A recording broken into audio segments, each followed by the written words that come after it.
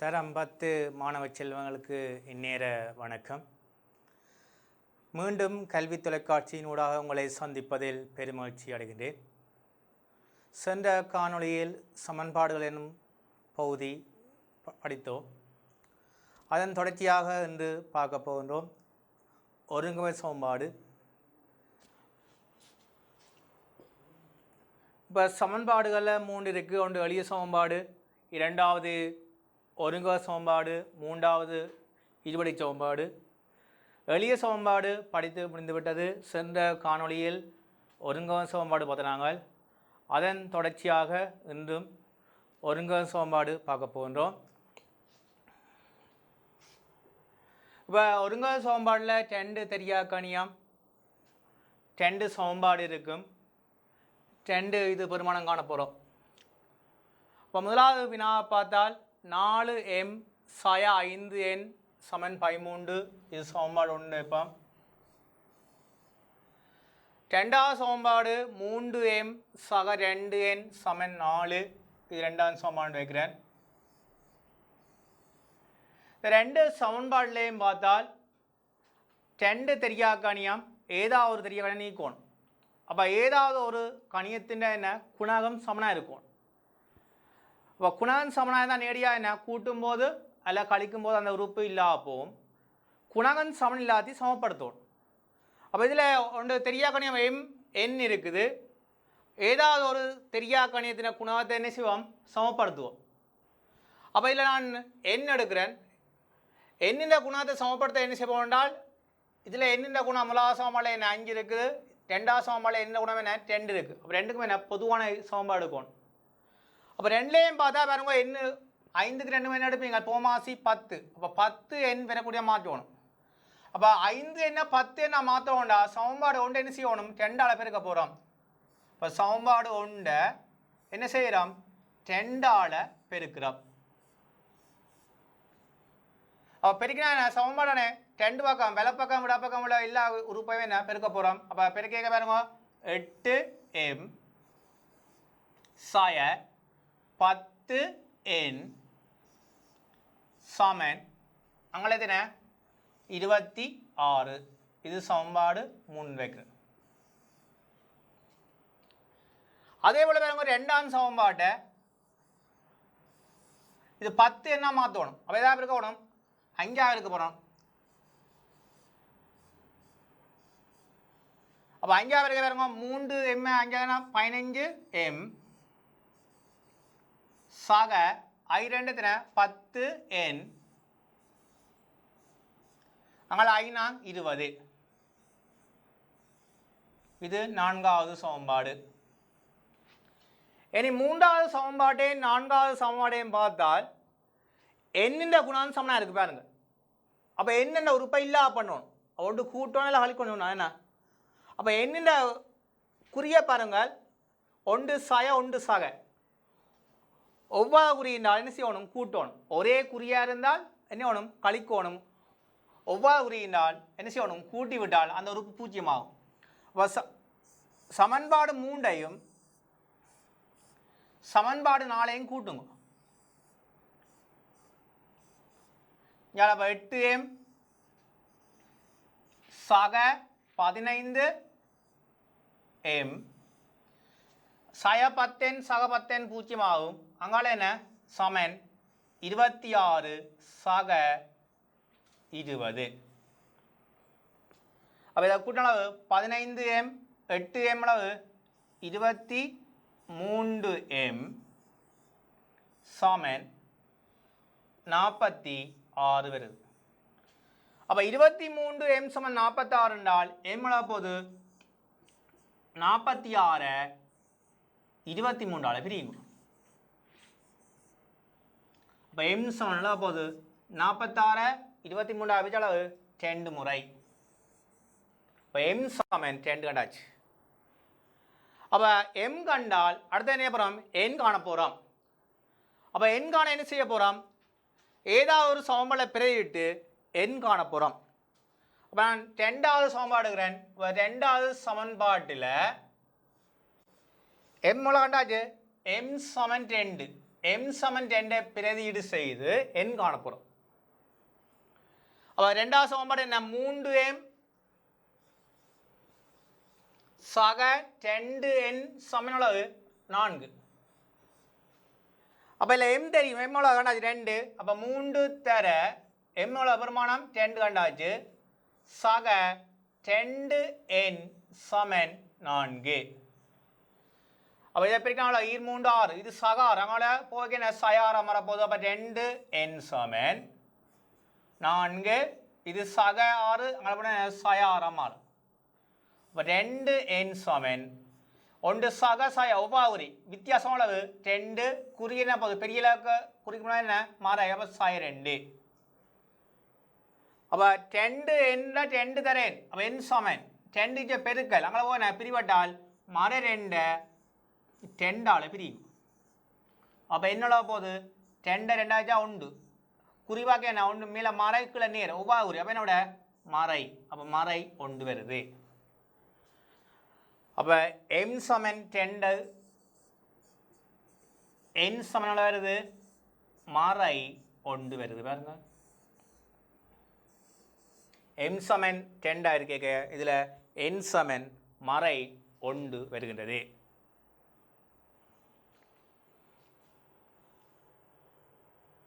அடுத்த வினாவை பாருங்கள். 2வது வினாவை பாருங்கள். முதலாவது சமன்பாடு என்ன? 4x சய 3y சமன் 7. இது சமன்பாடு 1 வைக்கிறேன். 2வது சமன்பாடு என்ன? 7x சய 2y சமன் 22. அப்போ 2 தெரியா கணியம் 2 சமன்பாடு இருக்குது. அப்போ ஏதாவது ஒரு உறுப்பை இல்லா பண்ணுவோம். அப்போ ஒன்றில் எக்ஸின குணம் சமனாக இருக்கணும்னு பார்க்கலாம், இல்லை வையின் குணம் சமனாக இருக்குதா, இல்லை. இப்போ ஏதாவது ஒரு உறுப்பின குணத்தை என்ன புறம் சமப்படுத்துங்க. அப்போ ஒன்றில் எக்ஸ் எடுக்கலாம், இல்லை வை எடுக்கிறேன். நான் இதில் வை எடுக்கிறேன். ஏன்னா வையின் குணம் என்ன சின்ன இலக்கம் இருக்கபடியாக கொஞ்சம் இலவாக இருக்கும். அப்போ வையின் குணம் 1 3, அடுத்த என்ன 2 இருக்கபடியாக 2க்கும் போமாசி எடுங்க. 3க்கு 2 என்ன போமாசி 6. அந்த போமாசி வையின் குணம் வரும்டா 6 வையாக மாற்றணும். 6 வை வரும்டால் சமன்பாடு 1 என்ன செய்யணும்? இதாக இருக்க போகிறீங்க 10 இருக்கணும். அப்போ 3 வை இருக்குது, அந்த போமாசி 6 வை வரும்டால் என்ன வரும் 3 ஏதாவது இருக்கணும் 2 6 வரும். அப்போ சமன்பாடு 1 2 இருக்க போகிறோம்டால் சமனுக்கு 2 பக்கமுள்ள ஒவ்வொரு உறுப்பையும் பெருக்கணும். இப்போ 2 வரைக்கும் பாருங்க 4x 2 வரைக்கினால் 8x சய 3 வையை பெருக்கினால் 6y ஈரெழுத்தின 14. இது 3வது சமன்பாடு. அடுத்த 2வது சமன்பாட்டை எதாவது இருக்கணும், இல்லை 2 வை இருக்குது, எங்களை எதாவது மாற்றணும் 6 வையை மாற்றணும். எதாவது இருக்க போகிறோம் 3 இருக்கணும். 3 இருக்க போகிறோம்னால ஒவ்வொரு உறுப்பையும் இருக்கும் 3 எழுத்தின 21x சய 6y அங்கே வைக்கலாம் 66. இது 4வது சமன்பாடு. இப்போ 3வது சமன்பாடு 4வது சமன்பாடையும் பார்த்தால் எதுன குணம் சமனாக இருக்குது? வையின் குணம் சமனாக இருக்குது. வையை தான் என்ன போகிறோம் இல்லா பண்ண போகிறோம். வையினை குறிய பார்த்தா ரெண்டும் ஒரே குறி, ரெண்டும் சாய பாருங்க. அப்போ என்ன செய்யணும்? வை இல்லா பண்ணோண்டால் 2 என்ன செய்யணும்? கழிக்கணும். சொன்னான் ஒரே குறினா கழிக்கணும், ஒவ்வொரு குறினா கூட்டினா அது பூஜ்ஜியமாகும். அப்போ கழிக்க போகிறோம்னால் நான் 4வது சமன்பாடில் இருந்து 3வது சமன்பாடு கழிக்கிறேன். இப்போ 4வது சமன்பாடு கழிக்க 21x சய 8x 6y சய 6y கழிக்க சய 6y பூஜ்ஜியமாக போகுது. அங்கே 66 சய 14. அப்போ 21xல இருந்து 8x போன அளவு 13x. அங்கே அளவு 66ல இருந்து 14 கழிக்க போகிறோம். அளவு 2 52 வருது. வரும் 66ல இருந்து 14 கழிச்சு விட்டால் 52 வருது. அப்போ 13x சமன் 52 என்றால் x அளவு போது 13 பெருக்கல் அங்கே பிரிப்பட்டால் 52 எதாவது பிரிக்க போகிறீங்க 13 பிரிங்க. அப்போ 52 13 வச்சா எவ்வளோ முறை எக்ஸ் சமன் எவ்வளோ போகுது 4 எக்ஸ் சமன் 4 வருது. அப்போ எக்ஸை கண்டா நடந்த y காணும். அப்போ ஏதாவது ஒரு சமன்பாடை பிரதியீடு செய்து y காணும். அப்போ சமன்பாடு 1 எடுக்கிறேன் நான். இப்போ சமன்பாடு 1ல் எக்ஸ் சமன் 4 பிரதியீடு செய்து எக்ஸ் சமன் 4 பிரதியீடு செய்து எக்ஸ் சமன் 4 பிரதியீடு செய்து y காண போகிறோம். இப்போ சமன்பாடு 1 என்ன 4x sin 3y சமன்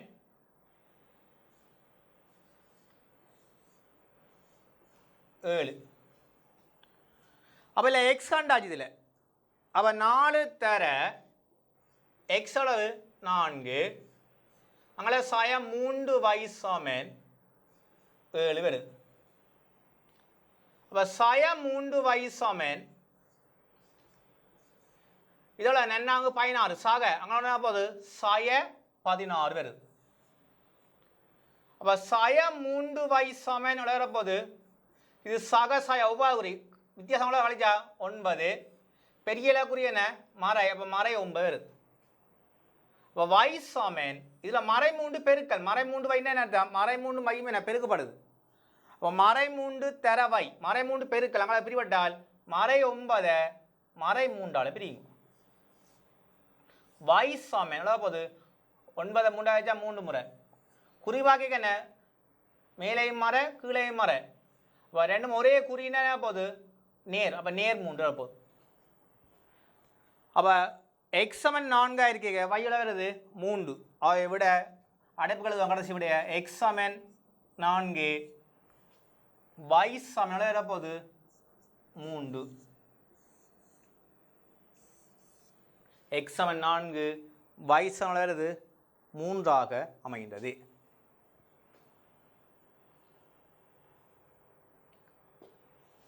அடுத்த வினா பாருங்கள். முதலாவது சமன்பாடு என்ன 5x sin 4y சமன் 15 இது சமன்பாடு 1 வைக்கிறேன். ரெண்டாவது சமன்பாடு 4x ஆக 3y சமன் 12 இது ரெண்டாவது சமன்பாடு வைக்கிறேன். அப்போ இதுலேயும் என்ன எக்ஸின் குணம் இல்லை வையின் குணம் என்ன சமப்படுத்துவோம். ஒன்றில் எக்ஸின் குணம் சமப்படுத்துங்க அல்லது வையின் குணம் சமப்படுத்துவோம். அப்போ நான் இதில் y எடுக்கிறேன். அப்போ y குணம் சமப்படுத்த ஒன்று 4 ஒன்று என்ன 3 இருக்குது. அப்போ 4க்கு 3க்கும் என்ன போமாசி 12 வரப்போகுது. அப்போ 12 வையாக மாற்றணும். அப்போ முதலாவது சமன்பாடை 12 வையாக மாற்றணும்னா இதாக இருக்க போகிறோம் சமன்பாடு 1 3ஆல் பெருக்குவோம். அப்போ எல்லா உறுப்பையும் பெருக்கேக்க 3 15x 3 12y சமன் அங்கே 13 45 இது சமன்பாடு 3 இருக்கட்டும். அதே போல் ரெண்டாவது சமன்பாடை பாருங்கள் 12 வையாக மாற்றோன்னா ஏதாவது இருக்க போகிறோம் 4 இருக்கும். அப்போ நன்னாங்கு அளவு 16x சக 4 3 12y அடுத்த 14 48 இது 4வது சமன்பாடு. அப்போ 3வது சமன்பாட்டையும் 4வது சமன்பாட்டையும் பாருங்கள். வையின் குணம் சமனாக இருக்குது. வையின் குறியை பார்த்தா ஒன்று நேர் ஒன்று மறை. அப்போ என்ன வேறு குறி அப்போ கூட்டணும். இப்போ சமன்பாடு 3ஐயும் 4ஐயும் கூட்டுவோம். கூட்டியக்க என்ன வை இல்லா போகும். அவங்கள 5x சக 16x y 0 ஆகும். அடுத்த 45ஐயும் 48ஐயும் கூட்டுவோம்.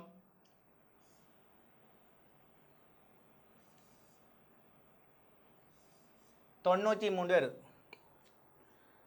அப்போ 15x 16x அளவு 31x சமன் 93.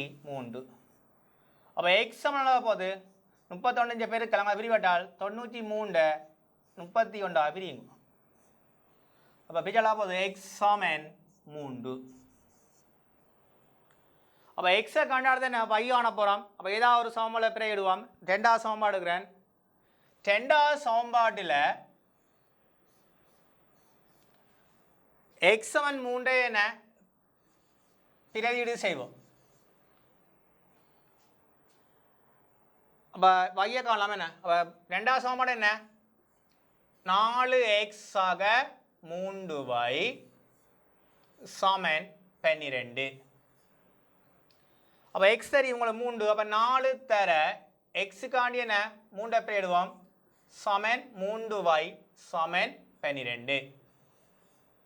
அப்போ 3y சமன் இது 4 3 12 சாக அங்கே போன சய 12 மாறப்போகுது. இப்போ 3y சமன் போகுது 12 சய 12 அது 0. 3y 0 என்றால் y போகுது 0 3 வச்சாலா போகுது 0 தான். அப்போ 3y 0 வேண்டாம் y என்ன 0 மேலே போகுது. அவை x சமன் 3 என்றால் y போகுது இந்த சமன்பாடில் 0 அமைகின்றது. x சமன் 3 என்றால் y சமன் 0.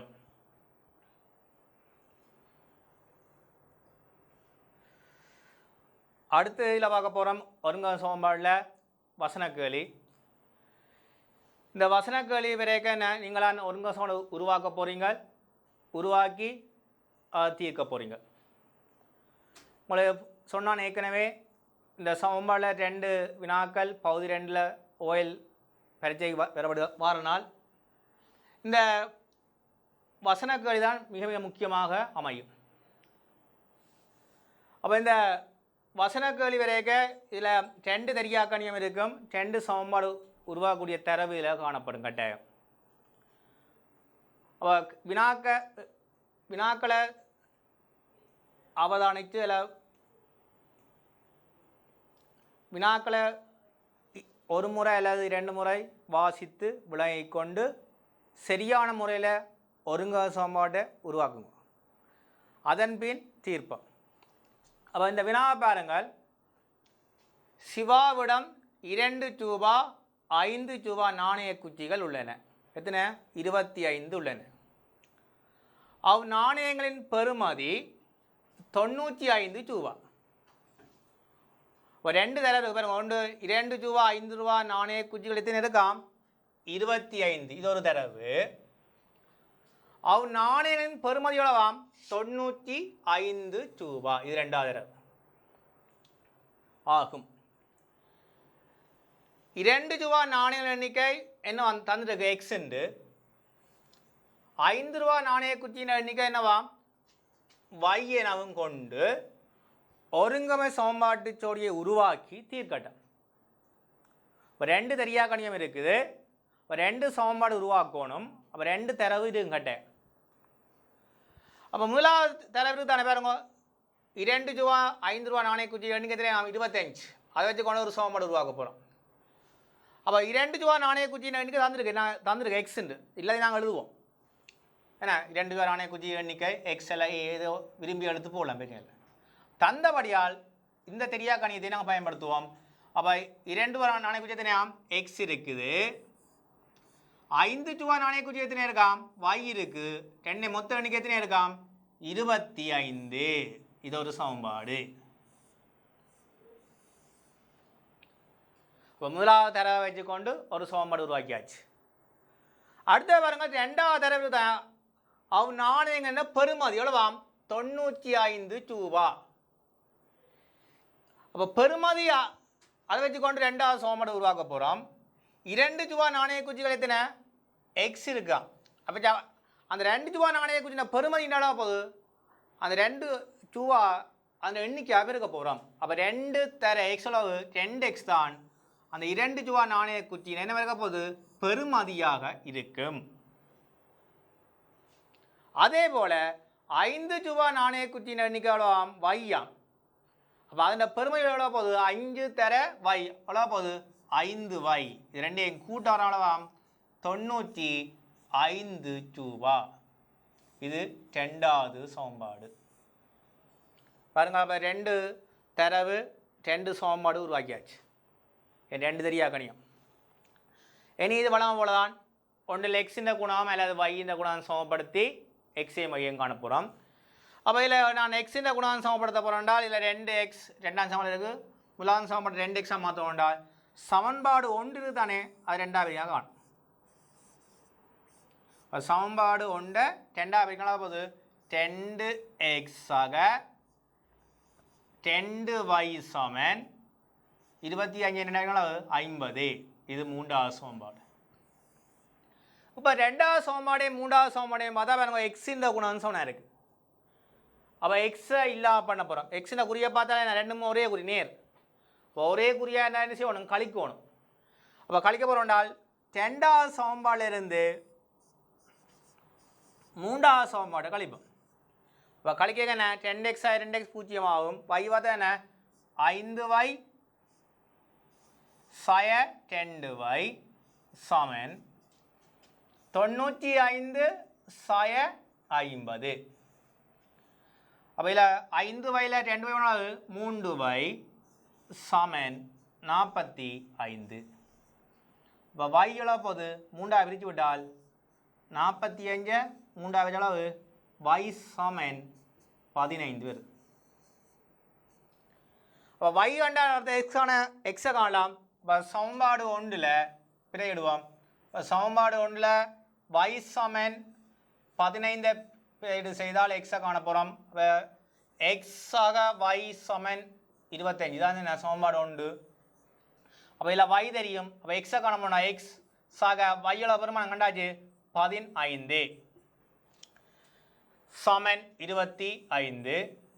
அப்போ எக்ஸ் சமன் இது சாக இங்கே சயா மாறப்போ அப்போ 25 சாய 15. அப்போ எக்ஸில் இருக்குது 10. அப்போ எக்ஸும் கண்டாச்சு வையும் கண்டாச்சு.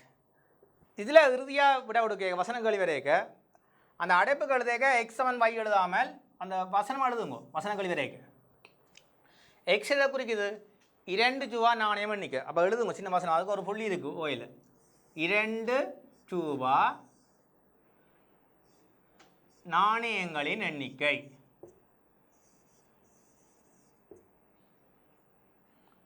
என்ன வசனம் எழுதுங்க 2 ரூபா நாணயங்களின் எண்ணிக்கை எவ்வளவு, அதான் எதை குறிக்குது எக்ஸ். எக்ஸ் எவ்வளோ வருமானம் 10. அதே போல் 5 ரூபா நாணயங்களின் எண்ணிக்கைன்னு எழுதுங்க வசனம். நாணயங்களின் எண்ணிக்கை எவ்வளவு, அதான் y எவ்வளோ வருமானம் 15. இது கட்டாயம் இந்த அடைப்பு கடைசி அப்படி எழுதுகிற வசனமா, அதுக்கு ஒரு புள்ளி இருக்கு ஓயில். அப்போ இந்த வசனம் கட்டாயம் எழுதுங்க. இப்போ எக்ஸ் வைன்னு போடாமல் இந்த இறுதியாக வர விடைய கட்டாயம் அடைப்புக்கு வசனமாக எழுதி காட்டுங்க. இப்போ வசனங்கள் தான் சொன்னான் மிக மிக முக்கியமாக இருக்கும். அடுத்த வசனங்களை போவோம். அடுத்த பாருங்கள், ஒரு வாகன தரிப்பிடத்தில் உள்ள மோட்டார் சைக்கிள் முச்சக்கர வண்டிகளின் எண்ணிக்கை எத்தனாம் 32. இது ஒரு தரவு. வாகனங்களின் சில்லுகளின் எண்ணிக்கை 84 ஆகும். இது ரெண்டாவது தரவு. பாருங்க, மோட்டார் சைக்கிளின் எண்ணிக்கை எக்ஸ் எனவும் முச்சக்கர வண்டியின் எண்ணிக்கை எவ்வளவாம் y எனவும் கொண்டு ஒருங்கமை சமன்பாடு ஜோடியை உருவாக்கி தீர்க்கட்டும். முதலாவது தடவை என்ன, ஒரு வாகன தரிப்பிடத்தில் என்ன இருக்காம், மோட்டார் சைக்கிள் இருக்கு, முச்சக்கர வண்டி இருக்கு, அவன் எண்ணிக்கை எத்தனை 32 இந்த தடவை. அப்போ இதை வச்சு கொண்டு முதலாவது சமன்பாடு உருவாக்குவோம். இதுலேயுமே என்ன மோட்டார் சைக்கிள் எண்ணிக்கை தந்துருக்கு எக்ஸ். அப்போ எக்ஸ் மோட்டார் சைக்கிள், முச்சக்கர வண்டி எத்தனை வையை குறிக்குது எண்ணிக்கை.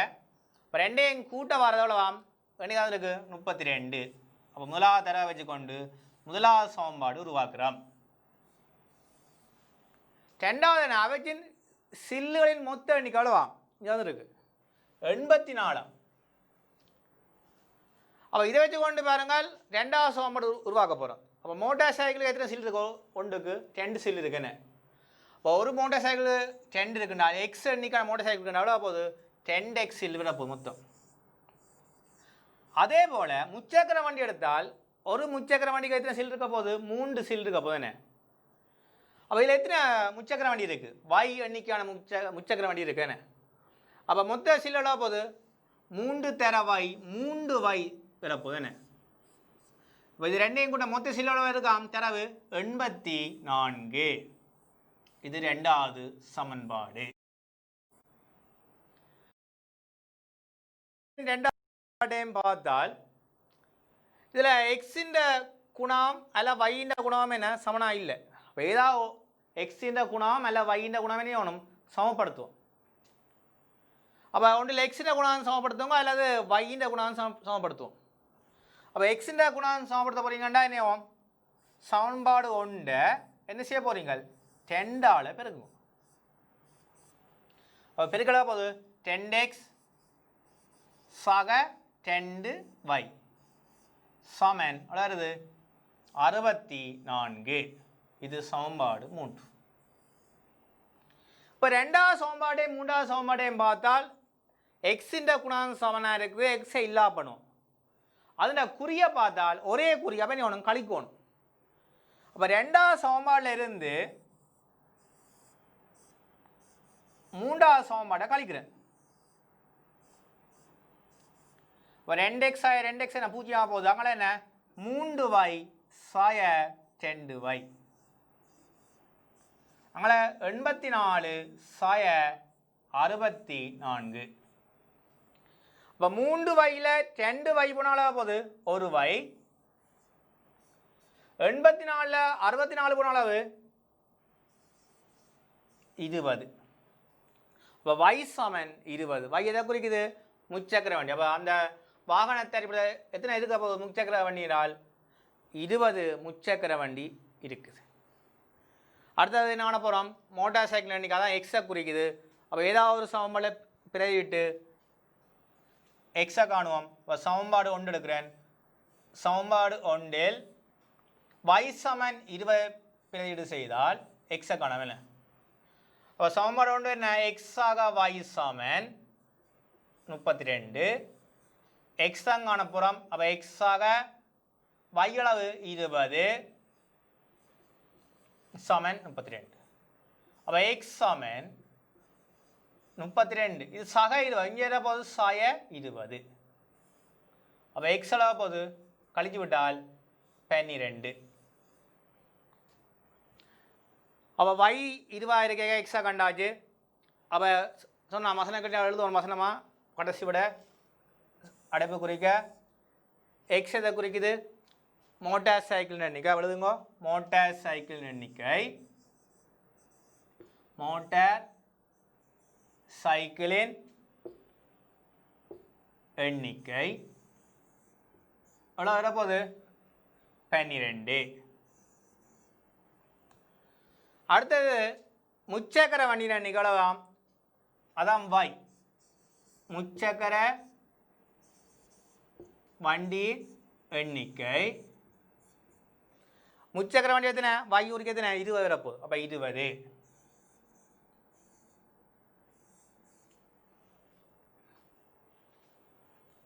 இப்போ மோட்டார் சைக்கிள் எண்ணிக்கை எவ்வளோ வருது 12 இருக்கேங்க. முச்சக்கர வண்டி எண்ணிக்கை எவ்வளோ வருது 20 வருகிறது.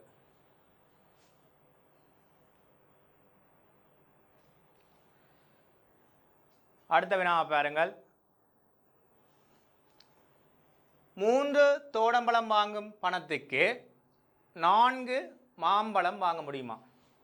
ஒரு கடை ஒன்றில் என்ன சொல்லப்படுது 3 தோடம்பழம் வாங்கும் பணத்துக்கு 4 மாம்பழம் வாங்க முடியுமா?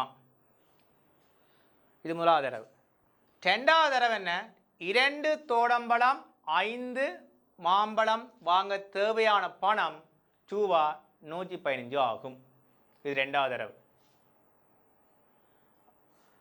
அப்போ கேளிய பாப்பம் தோடம்பழம் ஒன்றின் விலை ரூபா P எனவும் மாம்பழம் ஒன்றின் விலை ரூபா Q எனவும் கொண்டு ஒருங்கமை சமன்பாடு ஜோடியை உருவாக்கி தீர்க்கட்டாம். அப்போ 2 தெரியா கணிவனா என்ன 2 சமன்பாடு உருவாக்கணும். அப்போ 2 தரவு கட்டாயம் இருக்கு. அப்போ முதலாவது தரவை பார்ப்போம். அதை வச்சுக்கொண்டு முதலாவது சமன்பாடு உருவாக்கும் என்ன 3 தோடம்பழம் வாங்கும் பணத்துக்கு 4 மாம்பழம் வாங்க முடியும். இது முதலாவது தரவு. தோடம்பழம் என்ன விலை P, மாம்பழம் என்ன விலை Q. அப்போ ஒரு தோடம்பழம் பி என்றால் 3 தோடம்பழம் போது 3p. இந்த பணத்துக்கு என்ன வாங்கலாமாம்? 4 மாம்பழம் வாங்க முடியும் என்றால் ஒரு மாம்பழம் என்ன விலை? q. அப்போ எத்தனை இருக்குது? 4 4 தர q 4q. அப்போ 3p எதுக்கு சொன்னாக போகுது? 4qக்கு சொன்னாக போகுது. என்றால் சொல்லப்பட என்ன? 3 தோடம்பழம் வாங்கும் பணத்துக்கு என்ன சொல்லப்படுதாம்? 4 மாம்பழம் வாங்க முடியும் என்றால் 3 தோடம்பழத்தின் விலையும் 4 மாம்பழத்தின் விலை என்னவாக போகுது? சமனாக இருக்க போகுது. ஆகவே முதலாவது சமன்பாடு என்ன போகுது? 3p சமன் 4q. இப்போ முதலாவது தரவை வச்சுக்கொண்டு முதலாவது சமன்பாடு உருவாக்கியாச்சு. இரண்டாவது தரவை பாருங்கள். 2 தோடம்பழம் 5 மாம்பழம் வாங்க தேவையான பணம் எவ்வளவாம்? 115 ரூபா. அப்போ இந்த தரவை வச்சுக்கொண்டு ரெண்டாவது சமன்பாடு உருவாக்க போகிறோம். ஒரு தோடம்பழம் எவ்வளவாம்? பீண்டா 2 தோடம்பழம் எவ்வளோ போகுது? 2p. 5 மாம்பழம் விலை எவ்வளோ போகுது? ஒரு மாம்பழம் q-ண்டா 5 மாம்பழம் எவ்வளோ போகுது? 5q. இந்த ரெண்டையும் வாங்க எவ்வளோ தேவையான பணம்? 115. சமன் 115. அப்போ 2p சக 5q சமன் 115. இது ரெண்டாவது சமன்பாடு. அப்போ இதுலேயும் என்ன? ஒன்று பீட குணம் சமனாக இருக்கணும் பார்க்குறோம், இல்லை.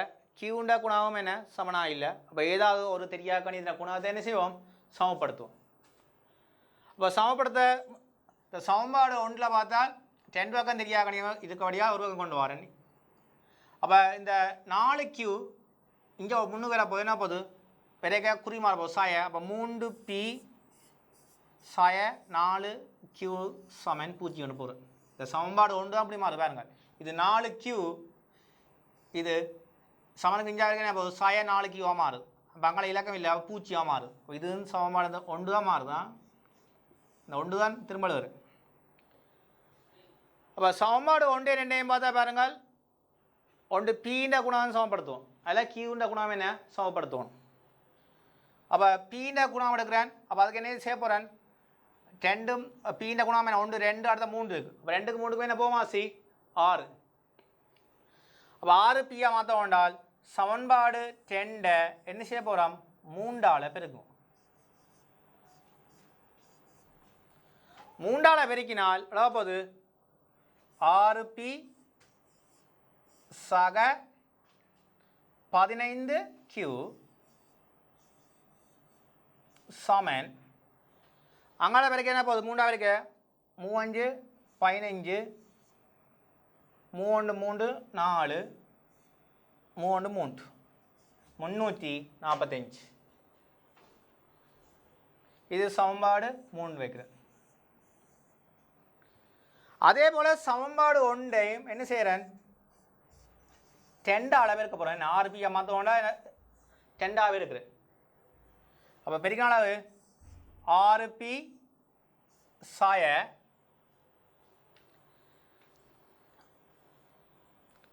ஈனங்கத்தின 8q சமன் 0. இது சமன்பாடு 4. இந்த 3 4 பார்த்தா பாருங்க, எதுண்ட குணாந்த சமனாக இருக்குது? பீண்ட குணாந்த சமனாக இருக்குது. அப்போ பியை என்ன போகிறோம்? இல்லா பண்ண போகிறோம். இப்போ இல்லா பண்ண போகிறோம்டா கழிப்போம். 3வது சமன்பாடில் இருந்து 4வது சமன்பாடை கழிக்கும். இப்போ கழிக்க 6p சாய் 6p 0 போகுது. இல்லை கவனம் கழிக்க 15q கழித்தல் எதை கழிக்க போகிறோம்? மறை 8q கழிக்க கவனம். அங்கால 345 சாய 0.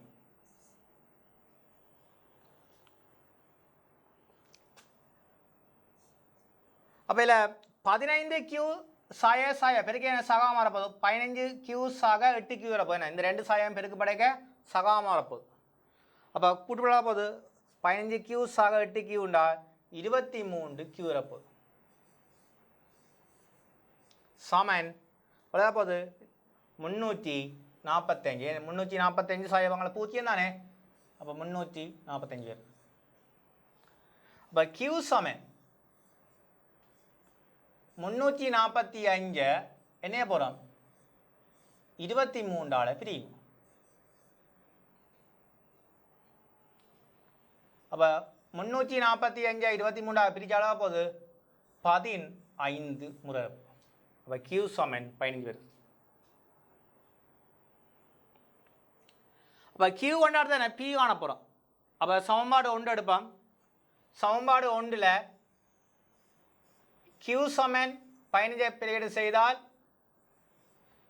என்ன ஆகலாம் P ஆகலாம் அப்போ 3P எதுக்கு சமன் 4Q அப்போ 4 தர Q என்ன போட போகிறேன் 15 போடுவோம் இப்போ 4 தர 15 அப்போ 60 வருது 4 15 60 அப்போ 3P 60 என்றால் P எவ்வளவு போதும் 3 பிரித்து விட்டால் 20 வருது 3P 60 என்றால் P எவ்வளவு போகுது 20 அப்போ P எதை குறிக்குது தோடம்பலம் ஒன்றின் விலை எவ்வளோ போகிறீங்க வசனம் கடைசி எவ்வளோ எழுதுக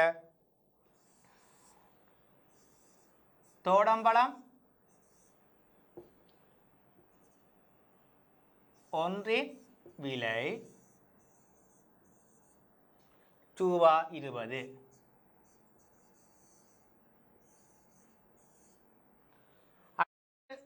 Q எதை குறிக்குது மாம்பழம் ஒன்றின் விலை எவ்வளோ போகிறீங்க மாம்பழம் ஒன்றின் விலை ரூபாய் வளருது 15